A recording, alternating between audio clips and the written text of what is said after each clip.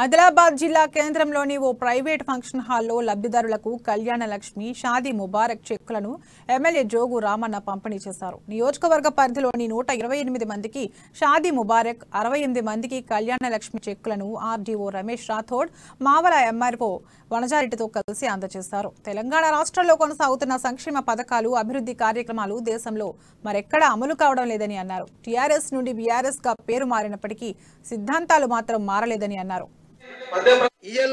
ఆరోగ్య లక్ష్యం అనే కార్యక్రమం కింద అంగన్వాడీ సెంటర్లో మీకు భోజనం తినొచ్చు.